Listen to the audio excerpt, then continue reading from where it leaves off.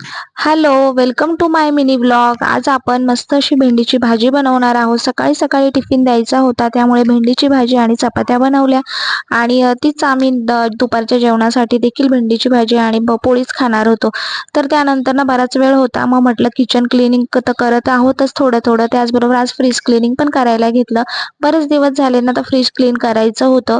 तर छान असं एक लिक्विड बनवते. कुठलंही तुम्ही भांडी घासण्याचं लिक्विड घ्या, 1 चमचा सोडा आणि व्हिनेगर घालून ना छान असं फ्रीज आधी घासून घ्या आतलं, आणि जी पण घासणी घ्याल ना, तर तिला तार नसावी, जेणेकरून कुठलंही आपल्या फ्रीजला स्क्रॅच पडणार नाही. त्यानंतर ओल्या कपड्याने पुन्हा पुसून घ्या आणि अर्ध्या तासासाठी ना ओपन तसंच ठेवा, जेणेकरून ना फ्रीजमधला सगळा घाणेरडा वास निघून जातो आणि फ्रीज व्यवस्थित क्लीन होतं. आतल्या सगळ्या गोष्टी ज्या शेल्फ्स होत्या त्या सगळ्या मी स्वच्छ धुवून घेतल्या, पुसून पुन्हा लावल्या, सगळ्या भाज्या वगैरे व्यवस्थित ठेवल्या आणि अशा प्रकारे माझं फ्रीज क्लीन झालं.